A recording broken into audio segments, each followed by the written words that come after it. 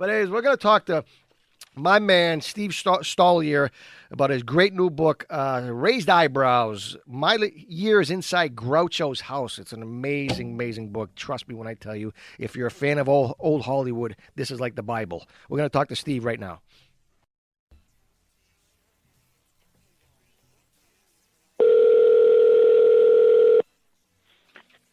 Is this the Hollywood Kid? You bet your ass it is.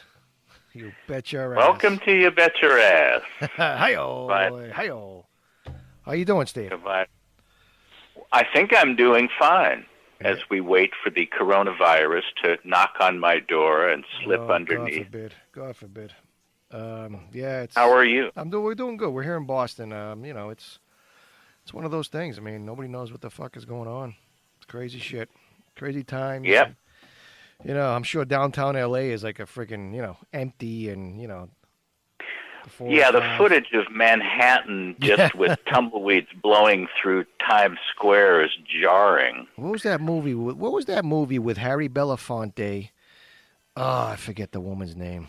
Remember, it was like they were inside that downtown New York, and it was like a bomb went off, killed everybody but them two. Shit, I was watching it a couple of months ago. Yeah, but that's what it feels like. There's just nobody out there, and I don't know. And then we have this imbecile who was late to the party and now is early and wanting to get people. It's like, all right, it was 2 weeks. We did the isolating thing. Now let's get back. Yeah, I pray every night, man. I pray every night this shit goes away. Really do. Because it's fucking, I don't know. It's just, I mean, I work full time. I mean, I work for the post office. So I'm always working. Much as I hate the job, I hate every minute, every second, every hour of it. You have a job. Yeah, you know what I mean? It's like one of those deals. It's a catch-22. And I don't know. But we'll get through it, man. We'll get through it. And we'll all be... I have no doubt. It's just that the herd will be thinned. I know. And we're not sure how thin. I know.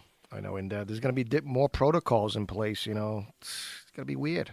Do you high five? What do you do? I mean, I know. Do you hug? I went to a wake like a couple of weeks ago, and it was like an elbow hit all the way through the procession line. I was like, what the It's pretty crazy. Pretty crazy. The World, the Flesh, and the Devil. Yep. Harry Belafonte and Inger Stevens. What was it? 1959. What was the name of it? The World, the Flesh, and the Devil. Yeah. I'm not sure which one Harry Belafonte played. Yeah, it's a really great movie. It's like, he was all by himself, and then I forget what was the actress? Who was the name? Inger Stevens. Oh, she was gorgeous. Yeah, and she would all of a sudden she popped out, and then another guy popped out, and he was getting jealous. There was just three of them in the whole movie. It was Mel Ferrer. Wow. Yeah, it was a classic. Yeah, it's a good one. And there were any number of Twilight Zones that had that sort of Adam and Eve in a post-apocalyptic world. There's the Charles Bronson, Elizabeth Montgomery one. Anyway, enough about the apocalypse. Let's get to important things. Let's have some fun. Let's get some fun, and we'll have some laughs. And I want to try to hone in on some of your impressions. Sure. So we'll have some fun. I'm going to give you a nice little introduction in about 40 minutes if you can, and that's it, man. We'll have some fun. Okay. Okie doke. Fine. Oh, I'm sorry, Steve. Your last name Stoliar? Yes. Thank you for asking. Yeah, because I'm terrible with names. Stoliar. Well, you got it right. Beautiful. But I'll mess it up as I do the introduction. I guarantee you that. I guarantee. Okay. Guaranteed all your money back. All right, guys. For 3 years, my guest this afternoon, Steve Stoliar, was the secretary for the great Groucho Marx. Steve has written a great book called Raised Eyebrows, My Years Inside Groucho's House, in which he details the last years of this Hollywood icon inside 1083 North Hillcrest Road in Beverly Hills. Steve is also an accomplished writer, having written material for Dick Cavett, as well as writing episodes for TV shows like Murder, She Wrote, Simon and Simon, the new WKRP in Cincinnati, Legend in Sliders. He has also provided many voices for various animated specials, including Frosty Returns, The Oz Kids, You're in the Super Bowl, Charlie Brown, and Snoopy's Reunion. He joins me this afternoon to talk about those fabulous times and sometimes not so fabulous times inside Groucho's house. Writer Steve Stoliar joins me. Steve, first of all, thank you so much for taking the time this afternoon. I'm very upset with you, Mike. Did I mess up? How bad was it?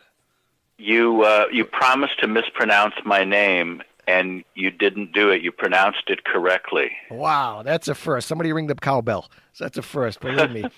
So, Steve, this is a fascinating book, and it might shock you, but I read it all, and it was one of the, I've read many Hollywood Golden Age books. I read all the James Bacon books. And this is right up there in my opinion. And I'm not the biggest Groucho guy. I mean, I'm a Groucho guy, but I'm not like you and, some of your friends. But it's a fascinating read, and you should be very proud of yourself. But Steve, I mean, it starts off in the beginning. You were always fascinated by celebrity. In the beginning of the book, you mentioned your first brushes with celebrity when you saw Andy Griffith and Red Skelton on the plane. How was that? When we were moving from St. Louis to California in 1962, I had, television-influenced images of what Hollywood was like, from I Love Lucy, and, people are always running into celebrities, and Grauman's Theater, and William Holden, and all that right, stuff. Yes, the famous episode. And so we're seated on the plane, my parents and my two sisters, and directly in front of us was sitting Red Skelton, and several seats in front of him was Andy Griffith. And I thought, life really is like I Love Lucy. We haven't even arrived in California. I was pushing 8 years old. Oh. And Skelton was great. My oldest sister, Carol, was crying because her boyfriend didn't make it to the airport to see her off. So Skelton gave her his monogram handkerchief so she could cry. And then my middle sister, Patty, liked to draw, so Skelton drew a little sketch of the front of the still life on the front of the menu. This was back when airplanes had menus for what they were going to give you. And she still has that framed. And then for me, little 7-year-old Stevie, he had one of those pop guns where you push the wooden back handle, and a little cork on a string comes. Yeah, flashbacks. Kept that tucked into the inside pocket of his sport jacket, and every now and again, without saying anything, he would just reach in and turn around and shoot me with it. Try getting past, the federal authorities in oh my goodness, in an airport now with a concealed weapon, even if it's a cork on a string. Oh my goodness. But anyway, how wonderful that Mr. Skelton kept the three Stoliar children occupied during our flight. It was a propeller job, so it took quite a while.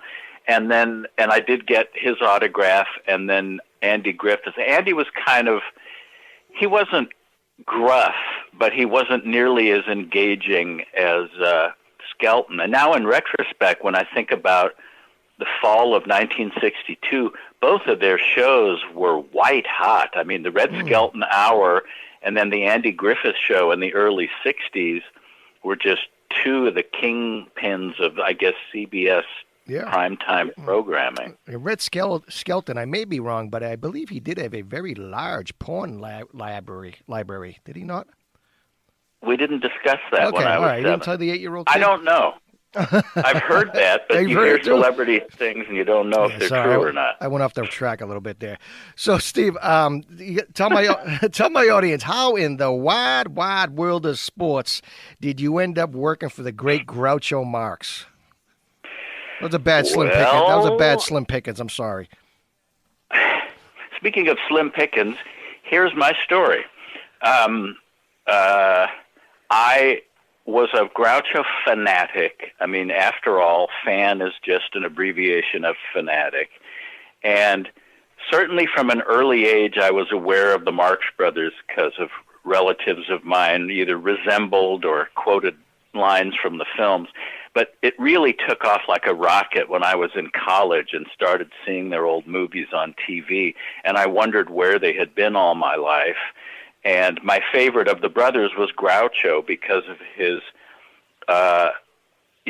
thumbing his nose at authority and all the wonderful wordplay. They were a great comedy team because they were such a seamless blending of physical comedy and really clever wordplay.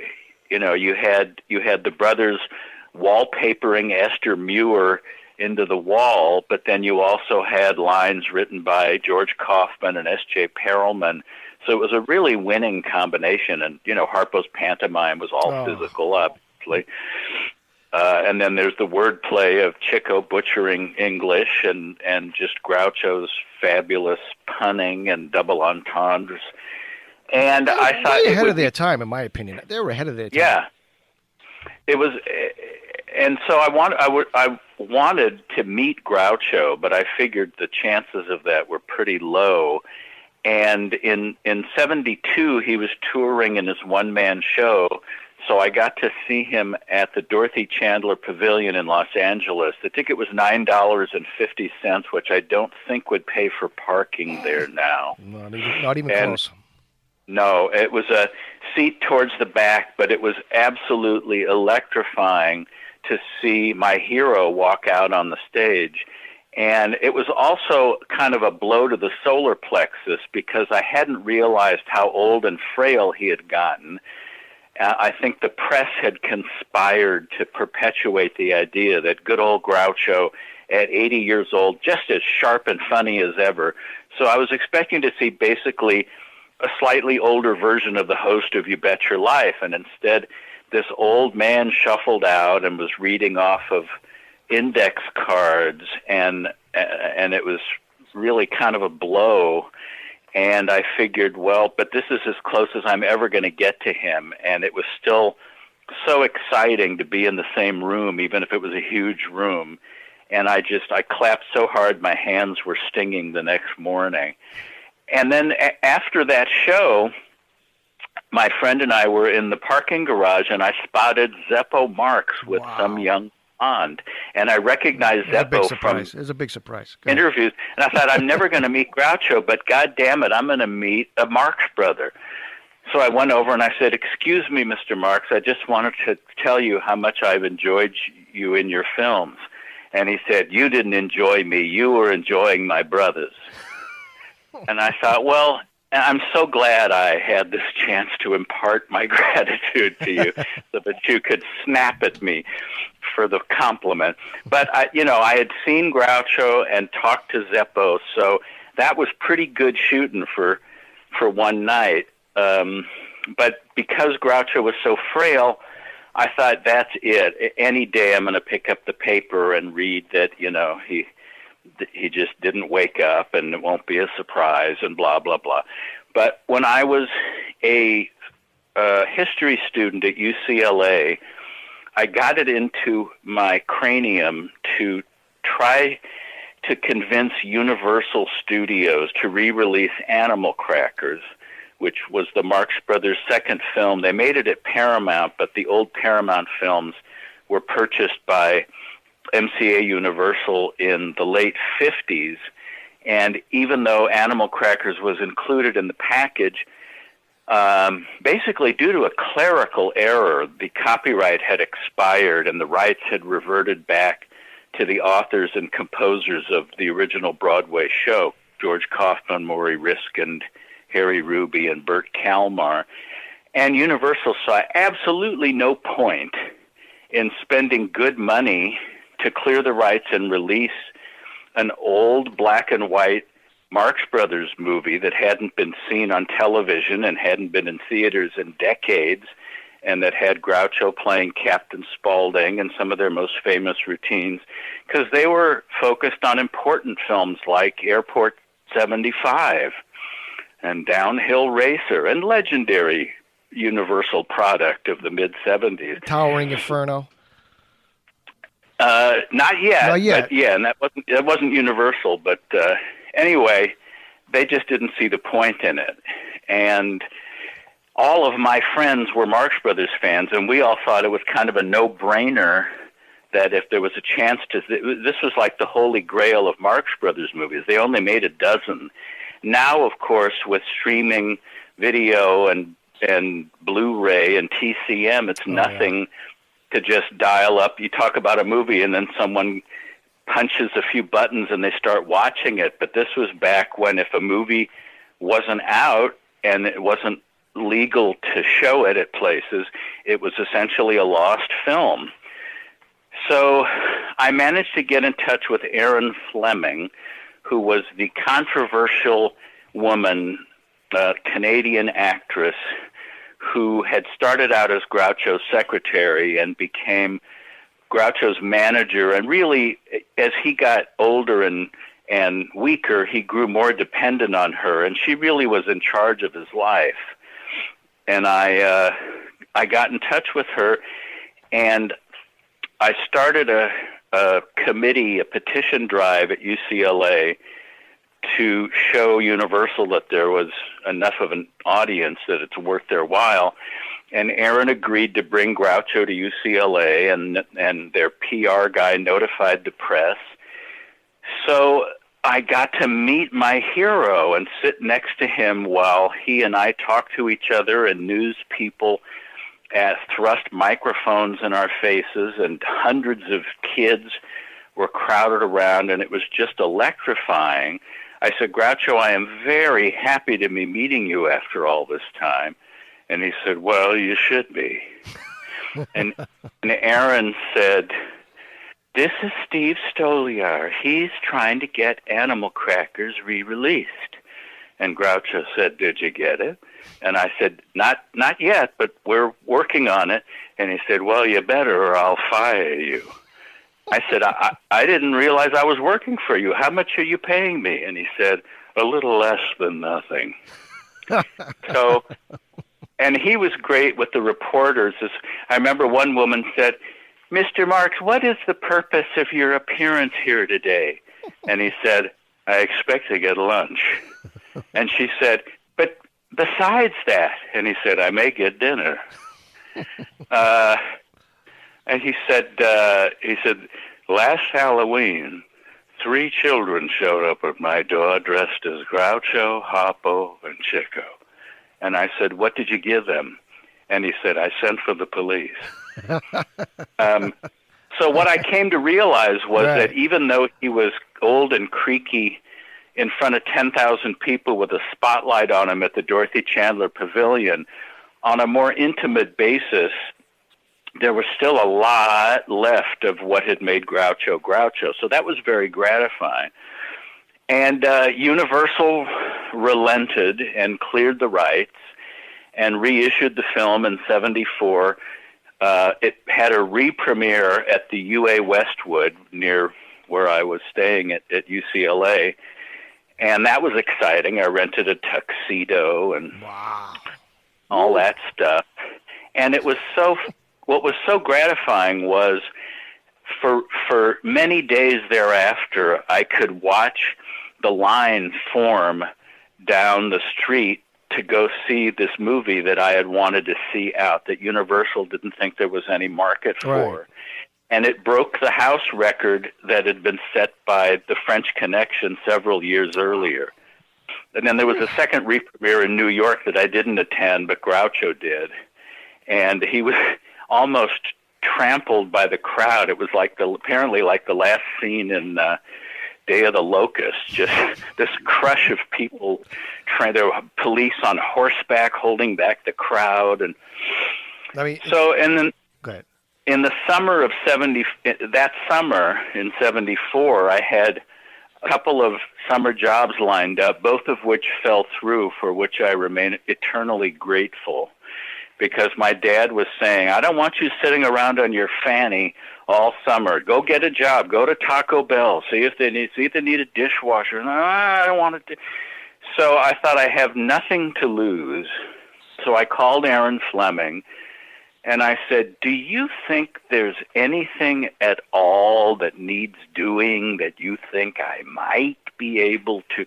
And she said, well, actually, I had been Groucho's secretary, but I'm so busy as his manager that all of the fan mail is really piling up. We need someone to handle that, and also someone who really knows their Marx Brothers to organize all of Groucho's personal memorabilia that's going to be donated to the Smithsonian after he's gone.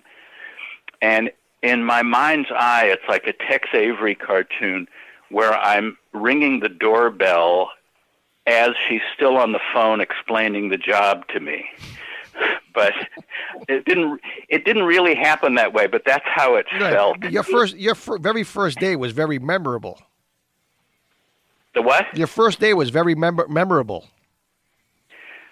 The first day was very the whole experience was very memorable. I was so intimidated showing up there and walking in like Dorothy into the Technicolor Oz, the inner sanctum of my hero with all these posters and all these framed photos and letters from famous people and all that.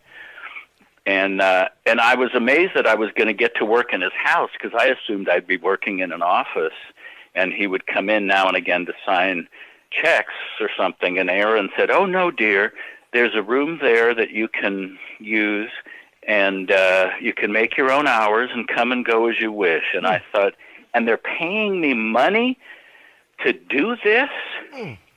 And even, at what point during this, Steve, did you feel guilt for that? Instantly and perennially. And then I got a raise. Wow. I mean, I should have been paying them. Right. I mean, minimum wage then was like $1.19 an hour, I think. And I think I started at $3.50, and then it was kicked up to $5 at some point, which was just a sinful amount of money. Right. What was your first impression of Aaron Fleming? What was your first impression of her when you met her at the... I was so excited. I knew who she was because I was such a fanatic and following. Starlet. She's such a starlet. Huh? She was such a starlet. Well, but I knew that she was guarding the Golden Fleece. I had seen the Esquire magazine with the two of them on the cover, and I knew who she was, and I knew how important she was to him. So when I first talked to her on the phone, that was really exciting because I thought, wow, I'm one step removed from Groucho. And in fact, the first time I talked to him was on the phone because I was talking to Aaron, and I said, but before I hang up, can I ask you a question? Half the sources I see say Groucho was born in 1895, and the other half say 1890. Which is it? And she said, just a minute. Groucho, what year were you born? And I hear 1890 in the background. And I thought, oh, my God, that was his voice. And another time I called her, I was talking to her, and it was so exciting that this woman that's right with Groucho is talking to me about whatever's on her mind. And I said, how is Groucho doing? And she said, well, I'll let you ask him yourself. Wow. Hello? Holy mackerel. And I said, hello, Groucho. How are you doing? How am I doing what? I said, how are you doing whatever you're doing? And he said, I'm telephoning. What are you doing? And I said, I'm telephoning too. It certainly is a small world. And he said, yes, it is. I'll let you speak with Miss Fleming now. And that was actually before we had met, and that was like my preview of what it was going to be like. So initially I thought she was just kind of eccentric in an actressy way, but I felt so special that she would call me up at like 1 a.m. and it would just be this stream of consciousness about whatever was on her mind. And I thought, how special I am that she has chosen me to confide these things. And it was only after I was working there for a while that I began to see that there were darker elements to her personality and to their relationship than appeared, to the public. As to the people who say, gee, but all the pictures and the clips I see, they seem so happy, I tell them there are plenty of photos of O.J. and Nicole where they look like the happiest couple in Los Angeles. So you can't go by that. Right. And in later years, when there were legal proceedings and people were testifying about their relationship, you had these famous people like George Burns and Sally Kellerman and people that had been to the house testifying on Erin's behalf that she was wonderful. But the truth is, you can't go by how she is when she's on her good behavior in public. Like wife beaters don't tend to do that when there's people home, or falling down drunks wait until people leave before they get tanked. And so it was a very misleading image. Right, because it really... but I was working... Go ahead, sorry. Oh, I was working there initially 7 days a week that first summer. I worked 6 days a week the first week and figured if God can take Sunday off, so can I. And then I was sitting at the family house in Tarzana thinking, why do I want a day off from that? So I showered and put my clothes on and drove back. And because I couldn't get enough of it, I just wanted to immerse myself in this atmosphere. And so I was working there 7 days a week initially. And as you mentioned, I was there for the last 3 years of his life. So I had a front row seat to Erin Fleming, to the dynamics. And I hasten to add the positive elements of what she brought to his life, because she was devoted to him and she was attentive in a way that, his children weren't really there that frequently and weren't interested in being responsible for him. And he did, he was very fond of her. And she was able to bring him up mood-wise and performance-wise and that sort of thing. So it's a tough, one of the themes in my book was Andre Gide's quote, "The color of truth is gray," that there's very few heroes and villains, just black and white. You have heroes with flaws and villains with admirable traits. And that's the case with Erin. She wasn't just evil personified, but if you tally all of the pros and cons, the cons outweigh the pros. I mean, she was emotionally and verbally abusive to Groucho and put him at risk. His blood pressure would shoot up and he'd get very agitated when she'd have one of her rages. And I think she just couldn't accept that even though he was Groucho Marx, he was this 85-year-old man from 1890 with bad arteries and with having had a stroke or two and was slowing down. And I think she felt like if she could shake him hard enough, the rust would fall off his brain and he'd be back to how he was years earlier. Humans don't work like that. So it was a very challenging thing for me because I'm just this 20-year-old kid who gets this dream job, and I'm witnessing this remarkable, this mercurial, temperamental woman. I'd never had to deal with anyone like that, someone given to fits of rage, of slamming doors and throwing things and breaking things and screaming. And also, just to make it even crazier, you couldn't second guess how she would respond to something. So if something happened you thought would be totally innocuous, she would have a shit fit and would just be hell on wheels and totally uncontrolled. And then there'd be something else you'd think, oh no, wait till Aaron hears about this. There'll be hell to pay. And she would laugh it off and say, oh, I don't care, or oh, who's going to care about that? So it was kind of crazy making because she was crazy.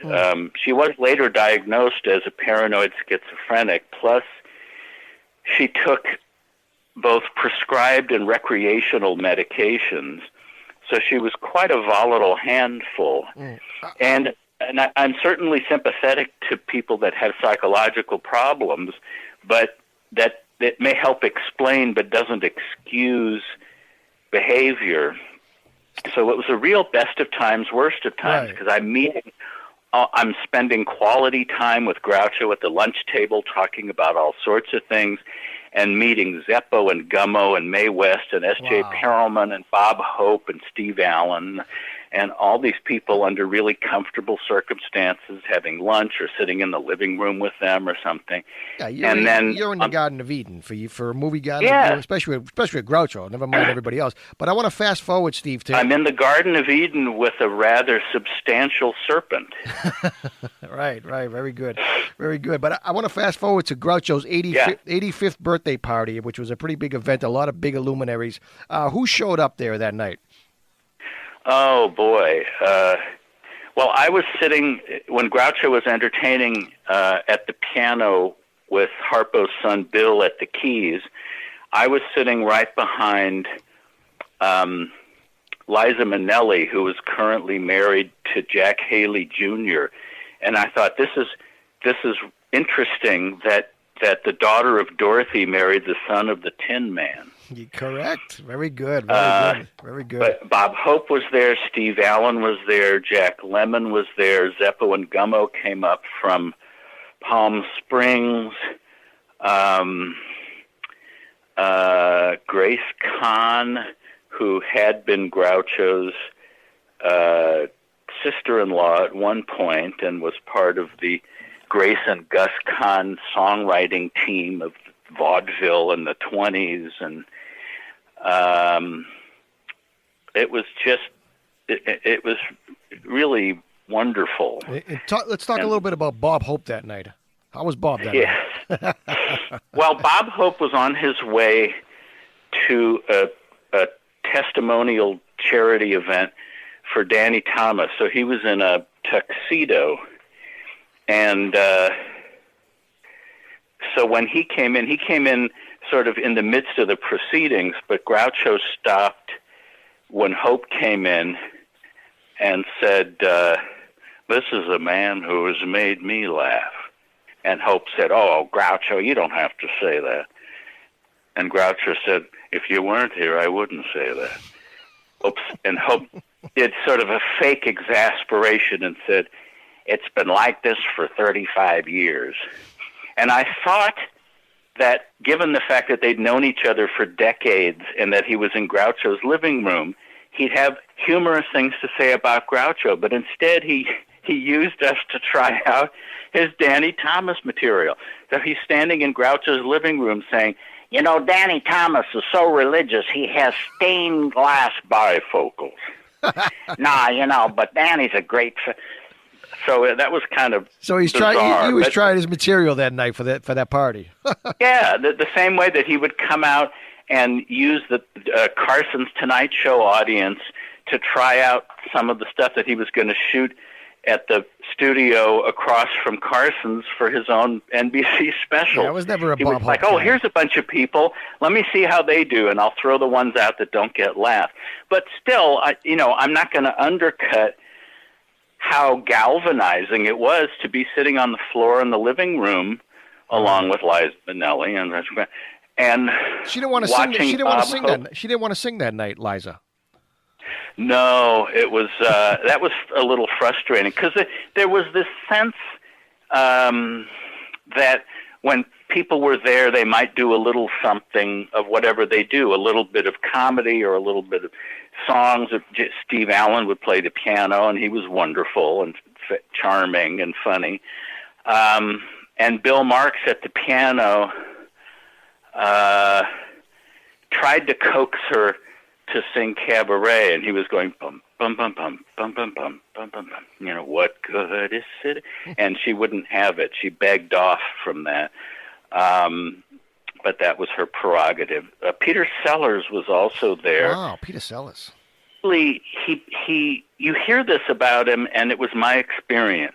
He sort of faded into the wallpaper. Huh. He was very withdrawn and observational, and was not a part of the gab fests and all that. He just sort of was almost invisible. And you hear about him, if he wasn't in character, there was no there. And that was my experience. I didn't go and talk to him. He wasn't really putting out, hey, come chat vibes.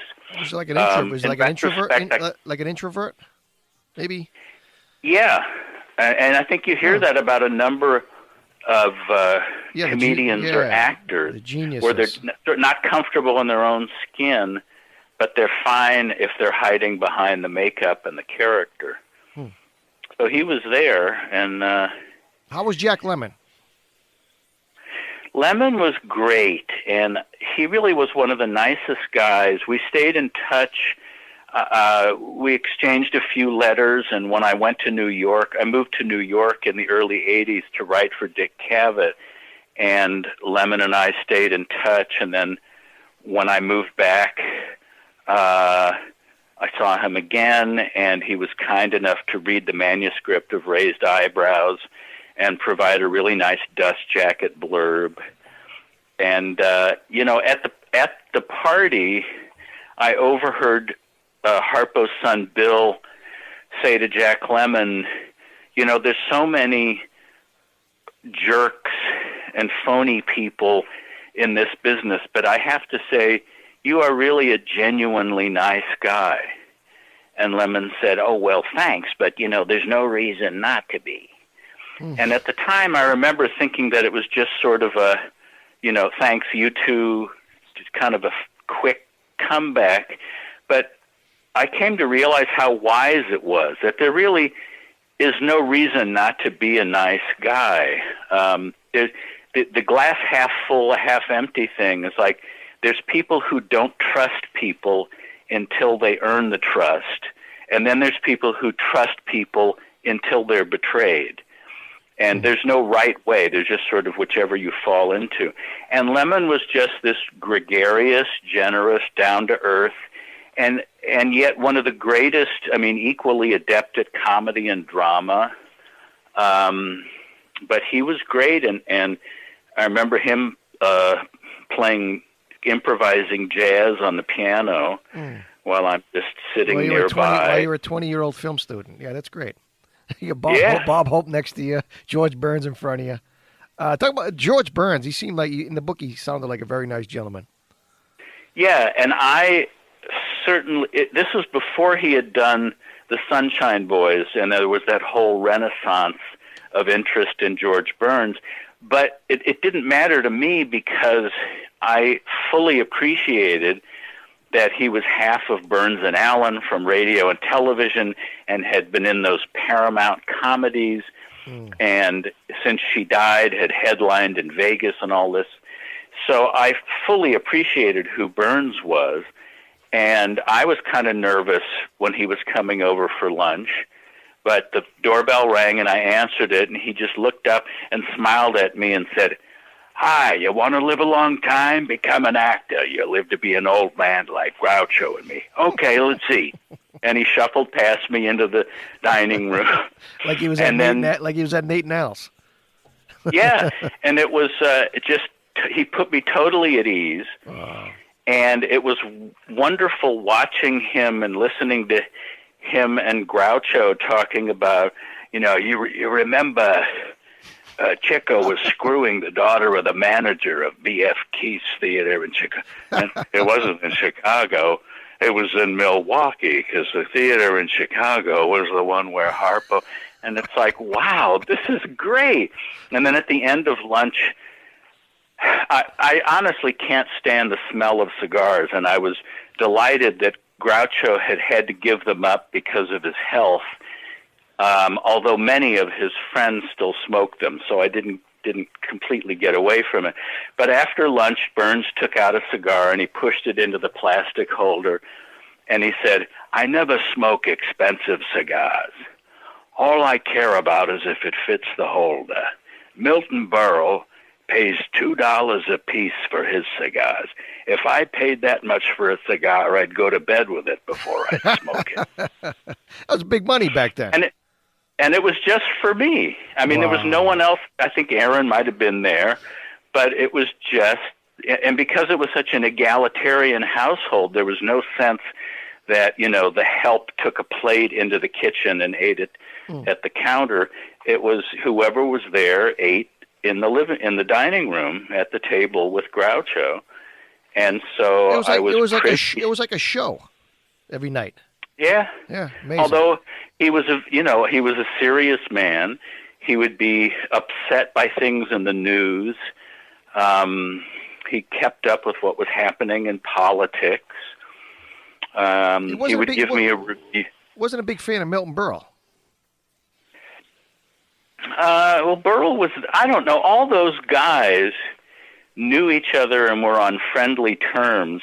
There was nothing as close as the friendship of Jack Benny and George Burns. And in that bitter twist of fate, it was Benny who was in rehearsal with Massow for the Sunshine Boys, and Benny died of pancreatic cancer, and his death led to Burns being hired to pinch hit for him, which led to that whole second chunk of Burns' career. But he and Benny, there's so many great stories about.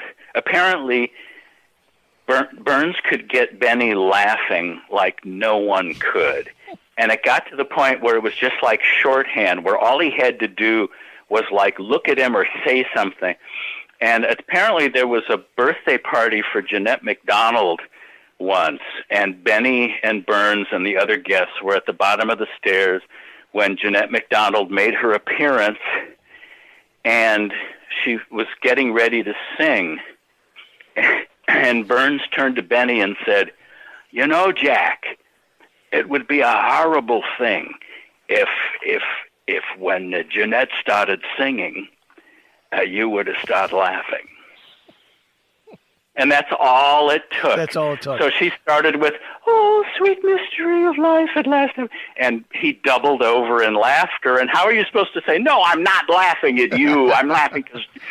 Anyway, gone are the days that there are those relationships. Yeah. But I didn't find any friction. And even with S.J. Perelman, who had sort of legendary ups and downs with Groucho, maybe there's that, taming as they get into their twilight years, where things that used to be issues, you get different priorities. Talk about the night Mae West came over to the house. Oh, well, Groucho wasn't starstruck because obviously he was his own star, and he wasn't going to get all a Twitter over someone famous coming over.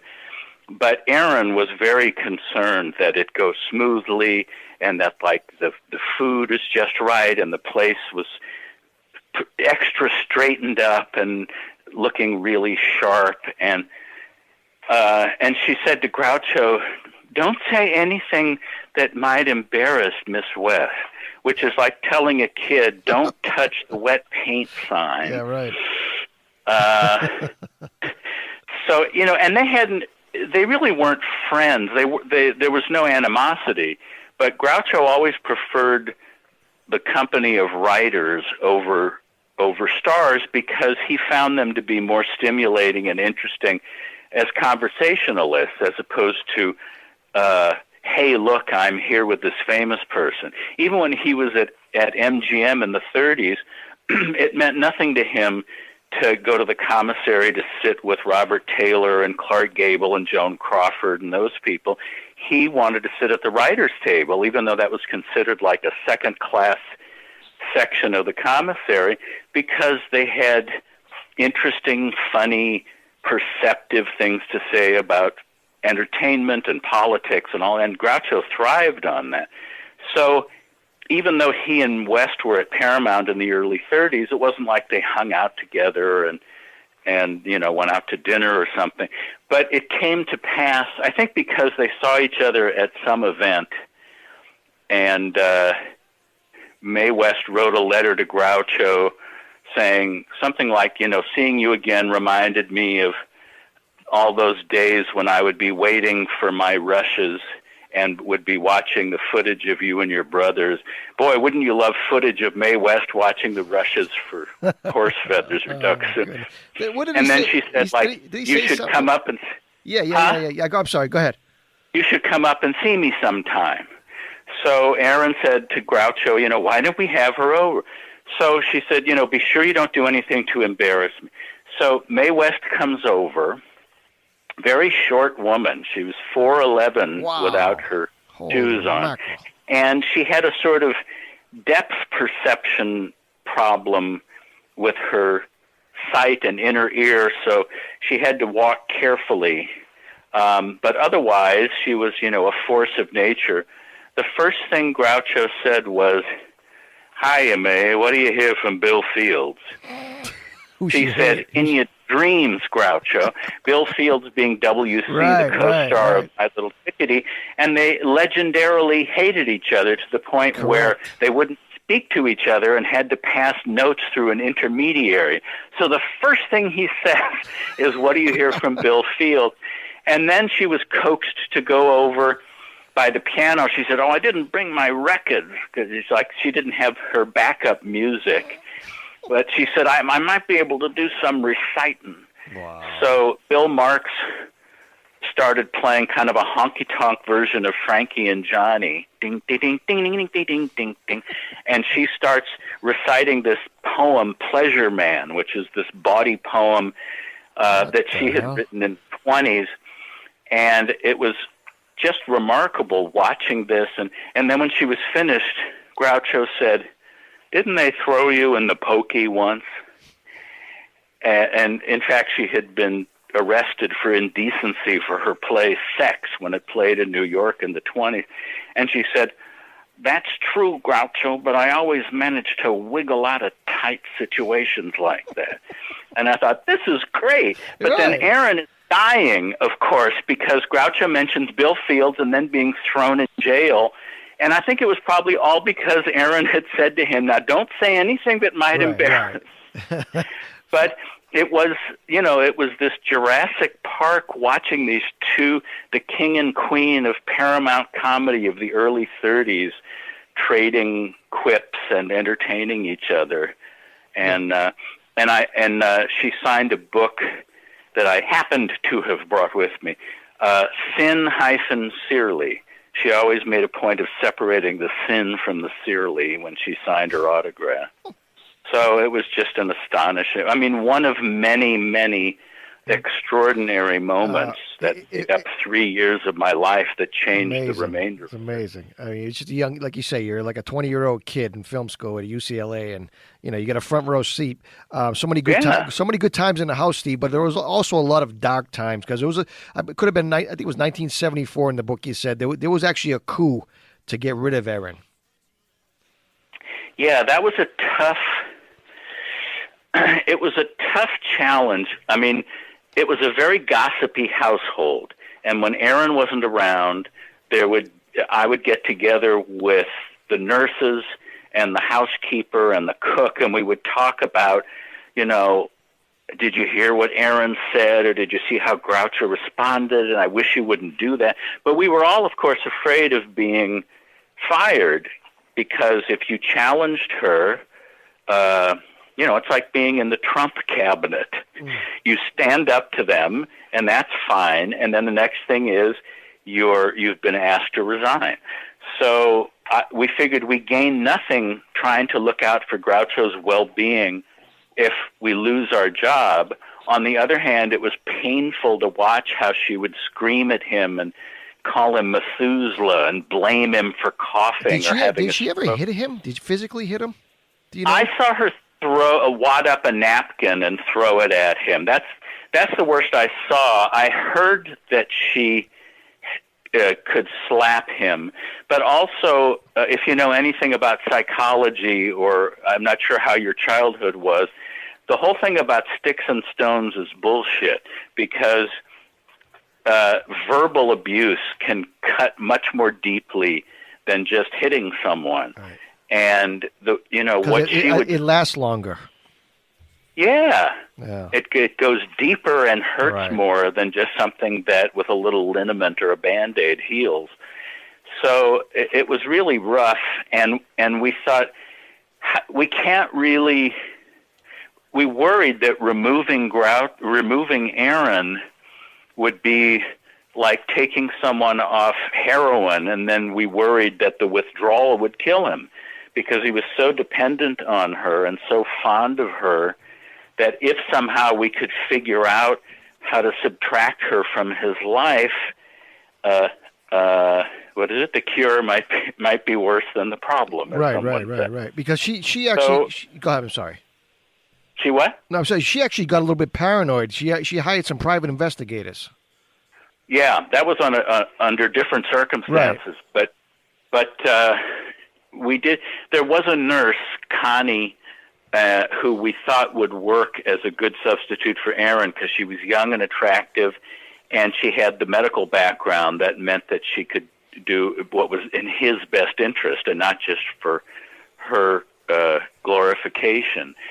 But the whole thing blew up, and Aaron somehow found out about it, and Connie was out, and Aaron was in very strongly for the next couple of years, until there was this big conservatorship fight between Groucho's son Arthur Marx and Aaron.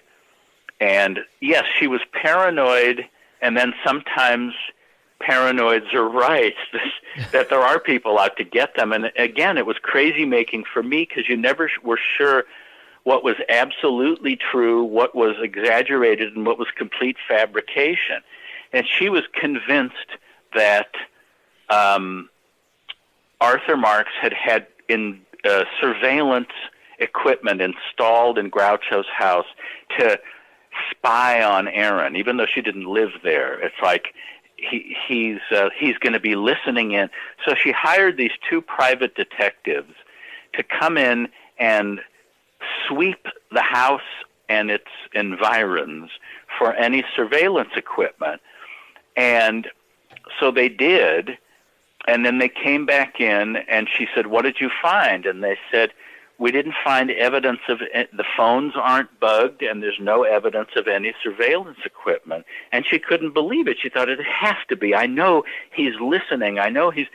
And one of the guys said, the only thing we found that was suspicious was this, and it was a baggie that had syringes and barbiturates and other miscellaneous drugs from the storm drain right outside Groucho's driveway. That's still there. It's still there. The storm drain. Yeah, right. Yeah, storm drain's there. The drugs are gone. So you can just disabuse yourself of that now. So the detective said to her, "What should we do with this?"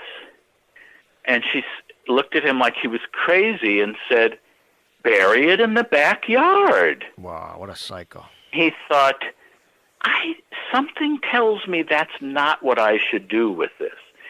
So instead he went to the police, and the stuff was tested, and the syringes had short-acting sedatives, and the next thing I knew, and it was so strange for me because I knew all the intrigue that was going on at Groucho's house. The next thing I know, there are headlines in the L.A. Times, companion accused of drugging Marx, nurse claims to have seen abuse, and everybody I know is calling me and say, "What's going on there? Did you see this? Did you know about it?" And it's like, oh my God. And in fact, there was this big, I mean, it really was a rough thing, right, with rough patch. Steve, and I was in the middle. Steve, I want to interrupt you for 1 second because I want to wrap this up. I want to wrap it up. Oh, yeah. But then we're going to go on to the other end on the SoundCloud because the radio show itself is an hour. So we're just going to keep... Oh, okay, sorry. No, that's okay. No, not at all. I'll do a quick wrap up, and then it'll keep going on the streaming platforms. Okay. All right. Steve, this has been great. And guys, please run out and get this book, Raised Eyebrows, My Years Inside Groucho's House by Steve Stoliar. It's a great read. We really didn't even scratch the surface, but we're going to scratch it on the back end on SoundCloud and streaming platforms because this interview is going to keep rolling. But we will see you next week right here on AM 1550 WNTN. We're Real Talk with the Hollywood Kid.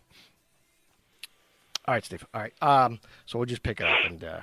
I want to ask you, yeah, thanks for ruining... Think about scratching the back end. Yeah, we're going to scratch the back end on SoundCloud. So this is going to bleed over into SoundCloud, but I have to wrap up the radio. But welcome back, everybody. I'm not sure, Steve, if I should thank you or be upset with you, because I'll never be able to look at Mrs. Howell on Gilligan's Island the same ever again.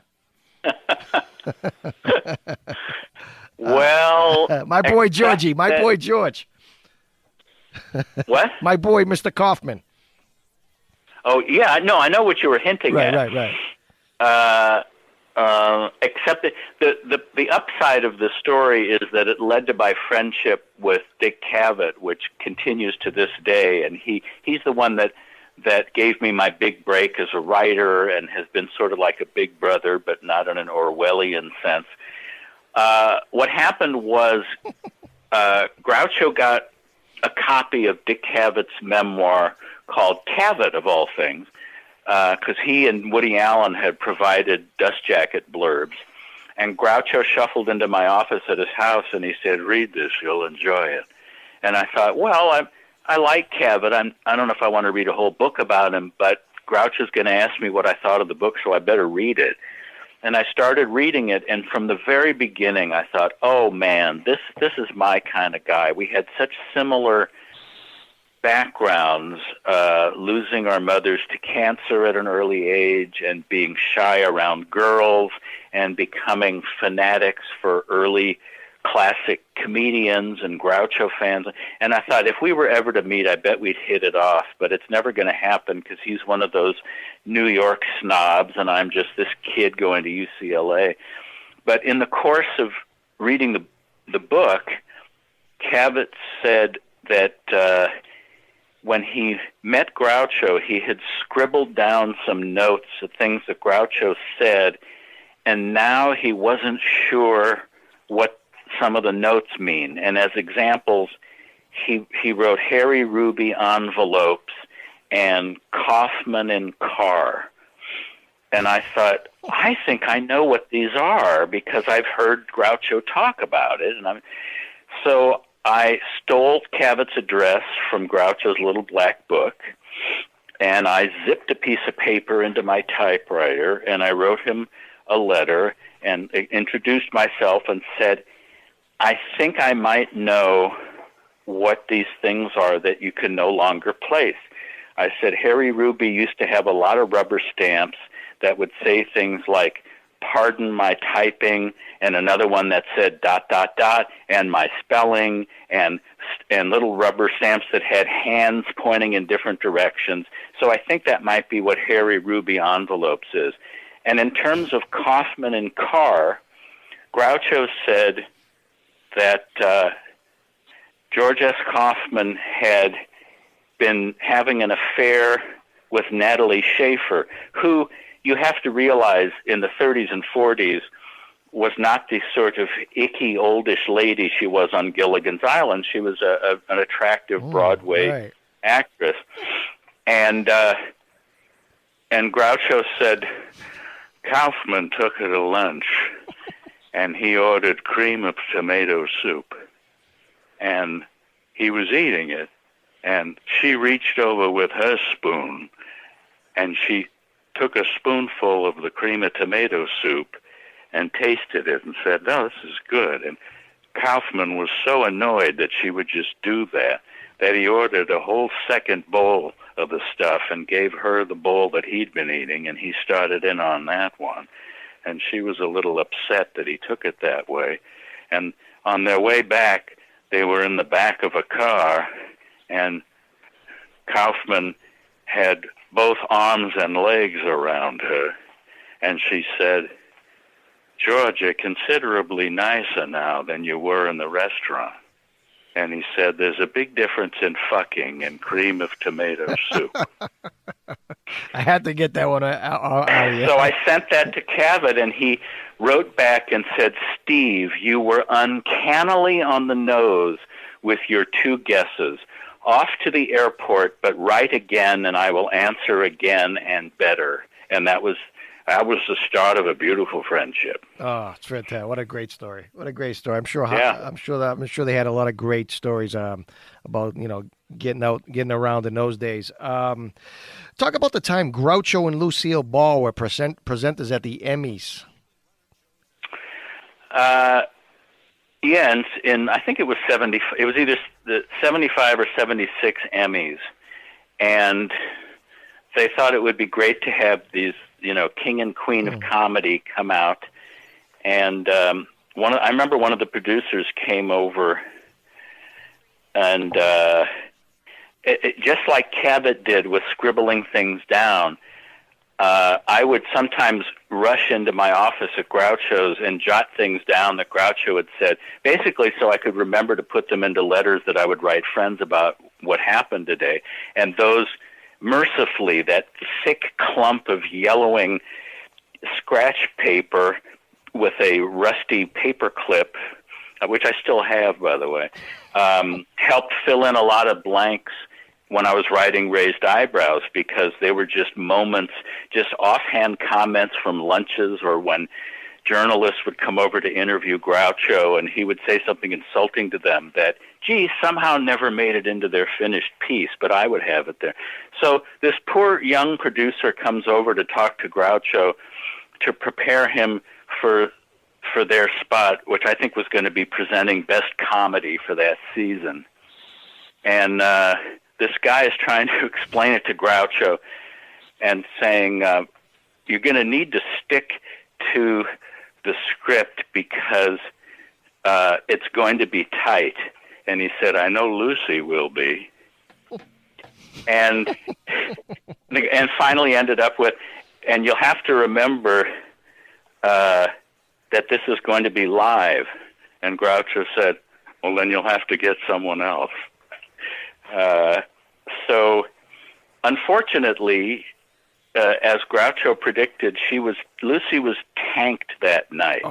A frequent occurrence. Yeah, right. Apparently, enough people noted it that she felt that the next day she had to talk to the press, and she said, "I had gotten word that my daughter was in an accident, and I was so agitated I couldn't focus on what I was doing." But apparently there was no truth to that, and she really was just kind of sloshed. And she wouldn't let Groucho read his lines. She read those too, and then opened the envelope and read the winner. So he was just standing there. They did have the duck from You Bet Your Life drop down with the envelope. Right. But she basically just hogged the spotlight, and Groucho just looked foolish standing next to her. And I fondly remember a fan letter someone wrote to Groucho after that said, "You are a true giant.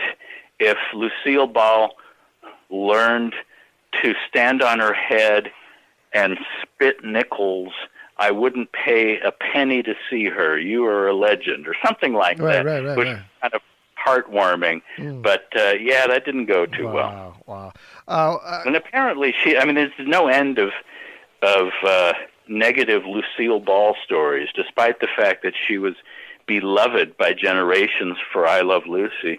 Actually, Cavett told me that he conducted an unofficial poll of stewardesses. They weren't flight attendants yet. And he said, just as an experiment, I would say, who would you say of all the celebrities you've served has been the absolute worst? Lucille Ball. Wow. He said, as if they had all gotten together ahead of time and said, if Dick Cavett is ever on this plane and asks you, give this answer. And apparently she was just so imperious. She would be sitting with her husband, Gary Morton, and the stewardess would say, "Would you like a drink?" And Lucy would turn to Gary and say, "Tell her I want a martini." Miss Ball would like a martini. Would you like vodka or gin? Tell her I want gin dry. Wow. Miss Ball would, I love it. Just, yeah, anyway. I love those stories, you know what I mean? Because they all come across prim and proper and all that shit, you know. But, you know, in the real But then world, there are the ones who are legitimately nice, right, like Jack Lemmon, George Burns, Steve Allen, some of the greats. And, yeah. Steve, we're gonna wrap this up in a few minutes, but okay. Where were you and how did you find out about the news that the great Groucho Marx passed away?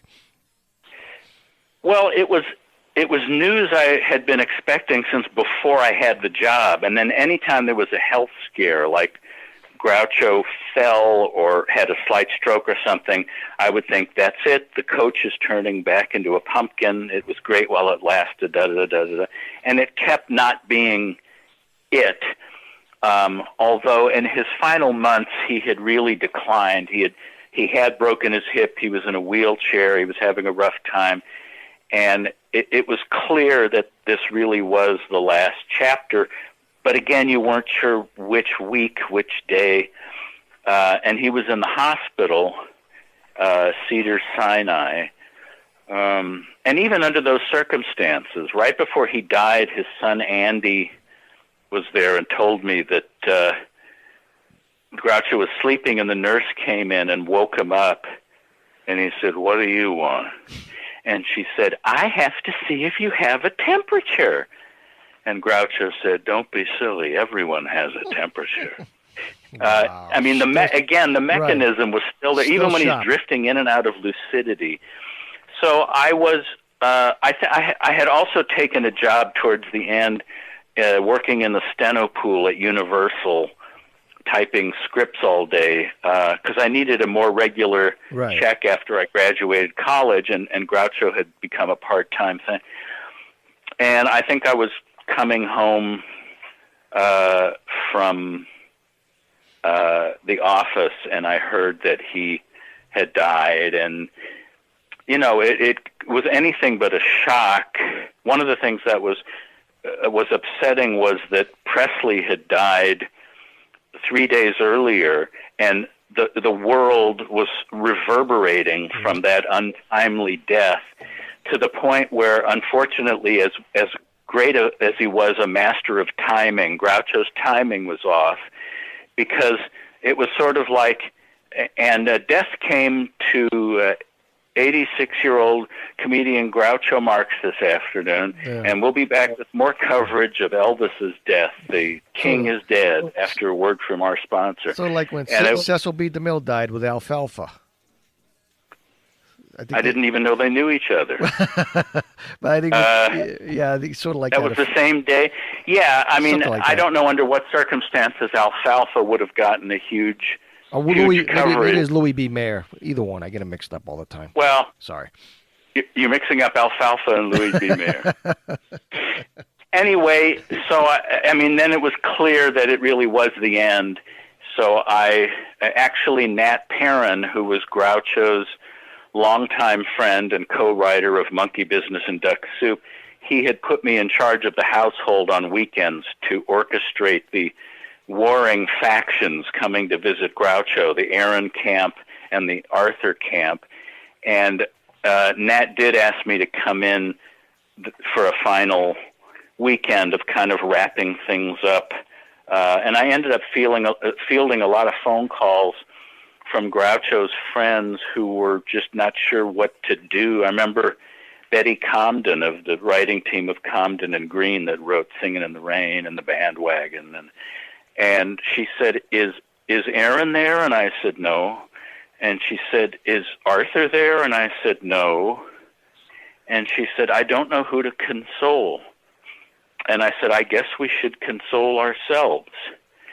Because the ending was so raggedy with these two camps that the people who had been friends with Groucho weren't sure who to extend their condolences to, and if there was going to be any kind of memorial, which there wasn't. But, you know, that's just the way it goes. But at least he was able to enjoy a whole new generation worshiping him when others of his contemporaries would struggle financially or fall into obscurity. He went out a certifiable legend, and I was thrilled to have been a small part of helping look after him during that final. It's a fantastic book, Steve, and you should be, like I said, you should be real proud of yourself. And real quick, what I know there was a talk about a motion picture being made. What's the status? Yes. Well, in fact, that is still on, although everything is on hold because of the coronavirus plague. Right. But it has been optioned, and I co-wrote the screenplay, and we were getting funding from a major studio, and we're hoping to shoot it later this year. We hadn't begun casting yet. So it hasn't fallen through. It's just that everything is in suspended animation now. But yes, there is, and it will be very strange because it's not a biography of Groucho. It's the dramatization of my book about this wide-eyed kid dropped into this petri dish of funny stuff and intrigue with his aging hero and this ambitious, volatile woman. And it's basically the three of them and the household, as opposed to a look at his life or the famous people he knew. It's much more focused, like My Favorite Year or Ed Wood or something like that. Yeah, it's a great book, and you really get detailed about what happened during the, obviously the courtrooms and stuff like that. So it's a great book, and I tell all my audience to run out there and get it. It's called Raised Eyebrows: My Years Inside Groucho's House. And to bet a fly on those walls back in those days. But you were there. You had a front row seat. And I appreciate your time, Steve. And what else are you working on? I co-wrote the memoirs of a very funny and interesting fellow named Howard Storm, who was a stand-up comic in the 50s and 60s, and then a very successful TV director in the 70s, did the first 3 years of Mork and Mindy, every episode, and a lot of other classic things. And that's called The Imperfect Storm, From Henry Street to Hollywood. And we've been banging the drum for that. Howard's now 88 years old. Wow. But he's in great shape. When Groucho was 88, he'd been dead for 2 years. So Howard's way ahead of him. You still have your website, right? And I have a website, Steve Stoliar, STOLIAR.com. And if you want to get a signed or personalized inscribed copy of Raised Eyebrows, you can go there and order it, and I'll be happy to do that. Otherwise, it's available in floor mats. It's not available as a floor. 3 formats: book form, Kindle, and audiobook, with me doing all the voices on Amazon. Not along the Amazon. Do not fly to Brazil to purchase my book, and it's probably not safe these days anyway. So do it all with the internet. Yeah, and it's a great book. It's very detailed, and I didn't even scratch the surface. I mean, you did some great things with some letters you wrote to the kid. I love that letter you wrote to him. The kid who wanted to drop out of school. That's a great. So I saved that for the book so my audience can run out and get it, because there's so many great stories about the golden age and all these. They shouldn't run out and get it. Run out and get it. Take it. They have to order it while they're sheltering in place. Right. It's a very good idea, and you can get it's on Kindle as well. Yes, it is. And Steve, I appreciate your time. Photos that have never been published before from my own good experience. Stuff. You see Steve with a big, fat, full head of hair. It's a real good picture. Yeah, I remember. I have that in a drawer. Yeah, I had that. I got one too, honestly. But well, this was a pleasure, Mike. Thank you for having me on, and I hope people found it interesting. It is. It's a very interesting read, and I put it up there with the James Bacon books of the world, and you're up there. Wow. So, great book, Steve. You know how popular Bacon is now. He was great. His books were great, though. They were fantastic. But I know. I love the stories. But that's it. Steve, thank you so much for your time, and be safe, and we'll talk to you soon. Okay, thanks, Mike. Thanks, Steve. Appreciate it, man. Take care. Bye-bye. Good guy. I want to do a wrap-up on it. All right, guys, there you have it. Steve Stoliar. I pronounced his name right. I mean, all throughout the interview, I was a little nervous that I was going to mispronounce it. But it's a great book, and get it on Kindle. Raised Eyebrows, My Years Inside Groucho's House. It's really a great book, guy. I mean, it's fantastic. The inside that house. It was a lot of fun times. There were a lot of dark times, literally. There's some stories about that. And big shout out to my boy Terry Motley for setting this up for us. Terry's one of the good guys, and I appreciate his helping me out booking Steve. And Terry Motley does a lot of great graphic works on his websites. Check him out on Facebook. You can get need some graphics for some shows. He does some amazing stuff. I mean, really, it's off the hook. And check him out, Terry Motley. And again, we will see you next Saturday right here at AM 1550 WNTN. We're out. Bye.